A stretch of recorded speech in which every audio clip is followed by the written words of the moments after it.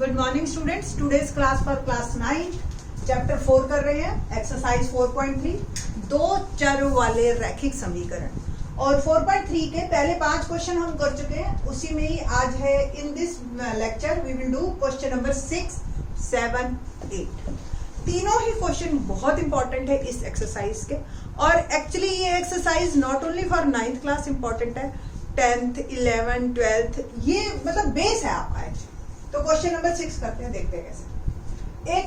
एक अचर बल लगाने पर एक पिंड द्वारा किया गया कार्य पिंड द्वारा तय की गई दूरी के अनुक्रमानुपाती होता है। सारी ही वर्ड बड़े बड़े भारी इस लाइन में। पहला अचर, चर होता है जो चेंज होता रहे, जिसकी वैल्यूज जैसे हमने कहा 2x plus 3y equal to 2। तो x और y जो है चर है आपके, x और y की वैल्यूज हर बार चेंज हो सकती है। अचर मतलब जिसकी वैल्यू चेंज ना हो, यानी कि एक फिक्स बल, फिक्स फोर्स आप हमेशा ऐसे ही लगाते हो, ऐसे ऐसे, ठीक है। एक पिंड मतलब पिंड मतलब वैसे कोई भी सॉलिड बॉडी होता है, बट आप यहाँ पे एक बॉल सोचो, ठीक है। एक बॉल जब मैंने फेंकी एक फिक्स बल से, मतलब आपका फोर्स फिक्स है, मैंने उसको ऐसे फेंकी तो वो जितनी दूरी तय करेगी, ठीक है, हम कहेंगे उसने उतना ही काम किया, ठीक है। ये है पहली लाइन का मतलब। अनुक्रमानुपाती मतलब ज्यादा दूरी तय करेगी तो ज्यादा काम किया, कम दूरी तय करेगी तो कम काम किया। इस कथन पर दो चर वाले एक समीकरण के रूप में व्यक्त कीजिए, ठीक है। तो हमने माना पिंड द्वारा तय की गई दूरी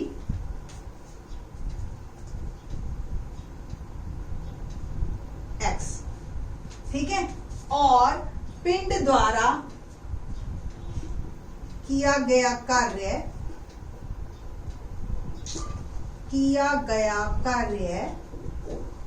बराबर y, ठीक है। और किया गया कार्य अनुक्रमानुपाती है तय की गई दूरी के। ऐसा आपने साइंस में सिंबल पढ़ा होगा, ये अनुक्रमानुपाती का।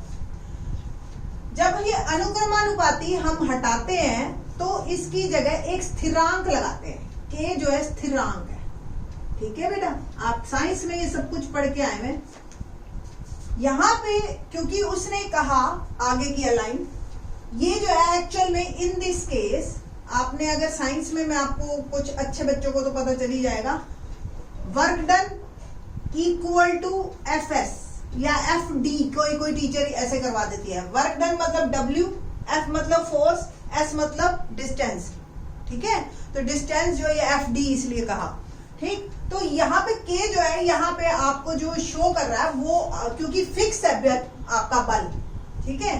तो y is equal to 5x।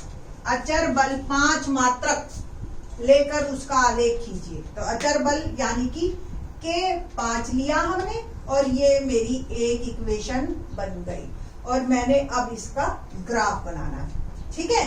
तो ये रफ करती हूँ मैं ऊपर, और ग्राफ बनाते हैं इसका यहाँ तक। इसके बाद आगे का क्वेश्चन आगे करेंगे, ठीक है। ये एक लाइन मैंने छोड़ दी है क्योंकि ये अभी क्वेश्चन हमने किया है। तो y is equal to 5x, क्या करते हैं हम, टेबल बनाते हैं, है ना। टेबल बनाई हमने, x और y का मान डाला। एक बार x 0 तो y भी 0, ठीक है।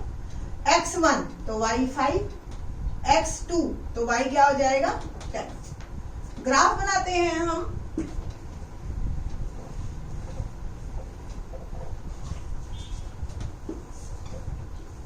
ये x एक्सिस, ये y एक्सिस, यहाँ पे 0, 1, 2, 3 लिया, यहाँ 5, 10, 15 ले लेते हैं क्योंकि हमें यही चाहिए, है ना बेटा। अब पहला 0, 0, x 0, y भी 0। Next x 1, y 5। Next x 2, y 10। ये आपका हो गया ग्राफ, सिंपल हो गया ना क्वेश्चन, कितना आसान। अब इसके बाद कहता है लाइन जो हमारे क्वेश्चन की थोड़ी सी मेरी मिट गई है, यदि पिंड द्वारा तय की गई दूरी 2 मात्रक और 0 मात्रक हो तो आलेख से किया गया कार्य बताइए। आलेख से किया गया कार्य। अब देखो आपने, मैंने कार्य किसको माना था? y को, है ना, और दूरी किसको माना था? x को।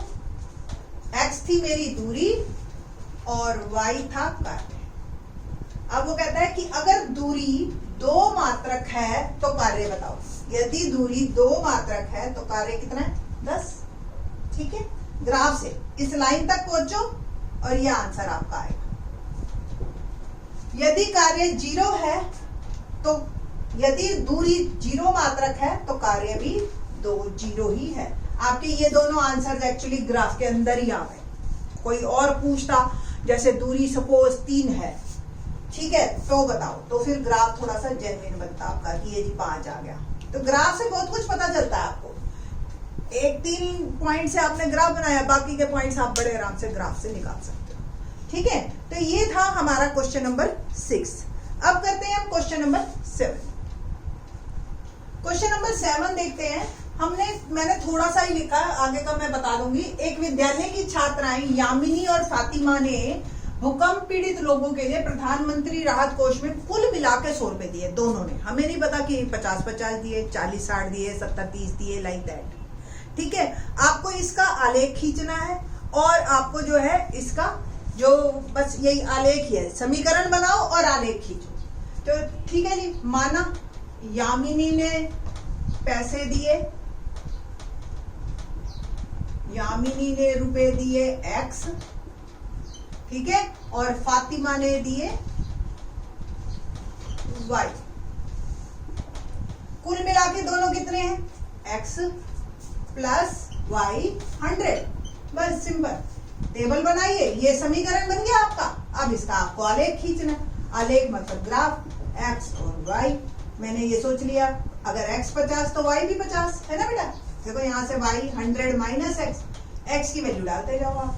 जब मैंने x 50 डाली तो y क्या आ गया? 100 माइनस 50। फिर मैंने x 60 डाल दी तो y क्या आ गया? 100 माइनस 60 यानी कि 40, है ना। और x 40 डाल दिया तो y 60 हो जाएगा। सिंपल है ना, ये तो कॉमन सेंस वाली बात है। 100 माइनस 40 60। अब बनाते हैं ग्राफ। ग्राफ में आपने, क्योंकि यह 10, 20, 30 रुपए से है, ये x एक्सिस और ये हो गया हमारा y एक्सिस। आप यहाँ पे 1, 2 की जगह 10, 20, 30, 40, 50, 60 एंड सो ऑन।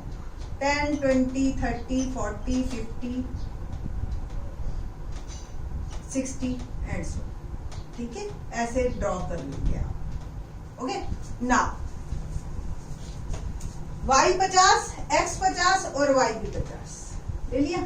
देखो वैसे ना ये ड्रॉ करने की जरूरत नहीं होती, ये क्योंकि यह जगह ऐसी है ना, मेरे को इसलिए करने पड़ते हैं। आपको ग्राफ में बिल्कुल क्लियरली दिखेगा 50-50। ठीक है, नाउ नेक्स्ट 60 और 40।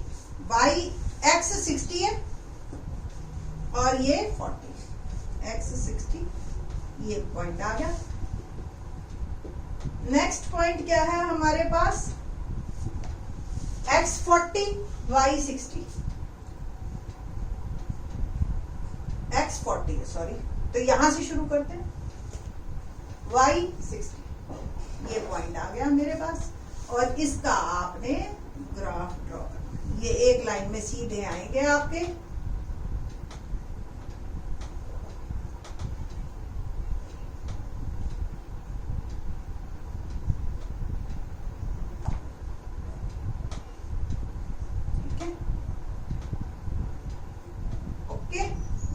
आपका 40 और 60, ये लाइन आ गई। इसको आप एक्सटेंड कर दो, यहाँ पे ये लाइन की इक्वेशन लिख दो कि हमने, ये हमारा समीकरण है और ये इसका आलेख है। तो बहुत ही आसान क्वेश्चन है। क्वेश्चन नंबर 8 बहुत इंपॉर्टेंट है, तो let's do question number 8। Question number 8 देखते हैं। थोड़ा सा दिखने में बड़ा है, वैसे है नहीं मुश्किल ये बिल्कुल भी। अमेरिका और कनाडा में तापमान फ़ारेनहाइट में नापते हैं। जैसे आपका टेम्परेचर कहते हैं ना, जिस 100 का बुखार है तो वो फ़ारेनहाइट में होता है।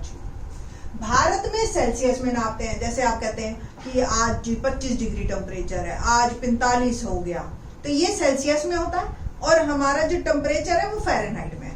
तो अमेरिका और कनाडा में तो तापमान भी फ़ारेनहाइट में ही नापते हैं, हम लोग दो अलग अलग चीजों में नापते हैं। ये आपको एक इक्वेशन दे दी, यानी कि समीकरण, किसका, एफ और सी के बीच में। यानी कि अगर फ़ारेनहाइट का टेम्परेचर पता है तो सी का निकाल सको, सी का पता है तो फ़ारेनहाइट में, कि जैसे हमने कहा 45 डिग्री टेम्परेचर है, तो आपका ठीक है तापमान 45 डिग्री सेल्सियस है, ठीक है, और वैसे क्या टेम्परेचर होगा वो देखते हैं, ठीक है। क्योंकि मैं जब आपकी उम्र में थी ना, तो मैं बड़ा अजीब सा सोचती थी, 45 डिग्री पे कहते हैं गर्मी बहुत है, बाहर जल रहा है, और हमारा टेम्परेचर 100 हो जाता है और हमें ऐसा फील नहीं होता, तो कहीं ना कहीं कंफ्यूजन रहता था।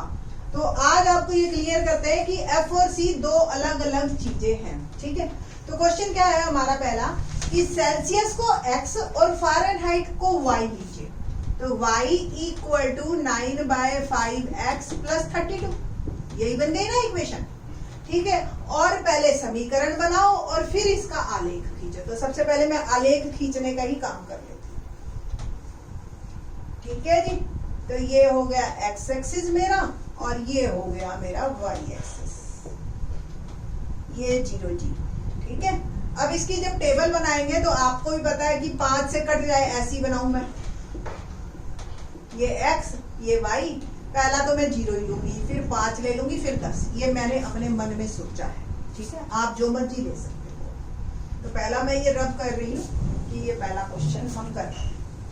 तो y जब मैंने x का मान 0 लिया, तो ये 9/5, 0 इंटू समथिंग 0, तो 32, ठीक है। तो y आ गया 32। x जब मैंने 5 लिया, तो 9/5 इंटू 5 + 32, 5 से 5 कट गया, 9 और 32 कितना हुआ, ठीक है जी, 41 डिग्री, ये आ गया आपका 41 डिग्री। जब x आपका 10 है, तो y क्या होगा, 9/5 गुना 10 जमा 32, 9 दूनी 18 जमा 32, यानी कि 50, ठीक है जी। तो ये हमारा ग्राफ अब बन जाएगा। तो x तो मैंने 0, 5, 10, 15, ज्यादा लेने का दिल है तो ले लो आप, ये 50 तक जा रहा है, तो ये भी मैं ले लेती हूँ 10, 20, 30, 40 और 50, ठीक है जी। 0 और 32, देखो ये 0 है, और यहाँ 30 और 40 के बीच में आपको बारीक बारीक 10 लाइनें दिखेंगी, ये हो गया 0 और 32, ठीक है। नेक्स्ट 5 और 41, ये 5 और ये 40 और उसके बाद 41, तो 5 और 41, 10 और 50, ये हो गया मेरा 10 और 50, ये मेरी बन गई इक्वेशन, हो गया ना ग्राफ, 10 और, है ना आसान। तो हमारी मर्जी है, हम एक्स कुछ भी ले, ठीक है बेटा जी। नेक्स्ट, यदि तापमान 30 डिग्री सेल्सियस है तो फ़ारेनहाइट का तापमान बताइए, ठीक है। तो जरा मैं इसी में ले लेती हूँ, अब आगे के क्वेश्चन हम इस इक्वेशन से करेंगे। अब यदि C 30 डिग्री है, ठीक है, तो F क्या होगा, तो 9/5, C हो गया 30 जमा 32, ठीक है बेटा जी। या इसको मैं वहां करूं, यहाँ F is equal to 9/5C + 32, C 30, second question कर रहे हैं। तो F हो गया 9/5 इंटू 30 + 32, 5 से ये कट गया, 9 × 54 + 32, है ना। तो 54 और 32 को आप ऐड कर दीजिए, और ये आ गया मेरा 86 डिग्री। तो फ़ारेनहाइट में, अगर सेल्सियस में 30 डिग्री टेम्परेचर है, तो फ़ारेनहाइट में 86 डिग्री होता है, ठीक है ना। अब समझ आ रहा होगा आपको। नेक्स्ट क्वेश्चन है, यदि तापमान फ़ारेनहाइट में 95 डिग्री है तो सेल्सियस में कितना। इट मीन्स अब आपको क्या करना है, F 95 रखना है और C निकालना है। तो थर्ड पार्ट करते हैं हम, 95 इस इक्वेशन में डाल रही हूँ बेटा मैं, 9/5C + 32, ठीक है। तो 95 - 32 इक्वल टू 9/5C, दिख रहा है ना आपको, 32 इधर गया और 9/5C। इसको सॉल्व करती हूँ मैं, तो 5 में से 2 गया 3 और 9 में से 3 गया 6, 63। और ये 9/5 मल्टीप्लाई में है। In the next step c निकाल लेंगे हम, तो 5/9, 9 से कट गया, 9 7 63, तो c आ गया आपका 35 डिग्री सेल्सियस। तो अगर तापमान 95 डिग्री है तो सेल्सियस में कितना है? 35 डिग्री। ठीक, आगे का पार्ट करते हैं हम। नेक्स्ट, यदि तापमान 0 डिग्री है तो फ़ारेनहाइट में कितना? देखो इक्वेशन मेरी थी F = 9/5 C + 32। ठीक है, यदि C 0 है तो F कितना? यही क्वेश्चन है, फोर्थ पार्ट। तो 9/5 C 0 + 32, सिंपल आंसर। इसी का ही सेकंड, यदि F 0 है तो C कितना? तो F को 0 डाल दो और C निकाल लेते हैं। ठीक है ना, तो C पहले उधर जाएगा, ये 32 माइनस का C -32 × 5/9, यहाँ 9/5 है तो वहां जाके 5/9, और इसको थोड़ा सा आप सॉल्व कर लीजिए।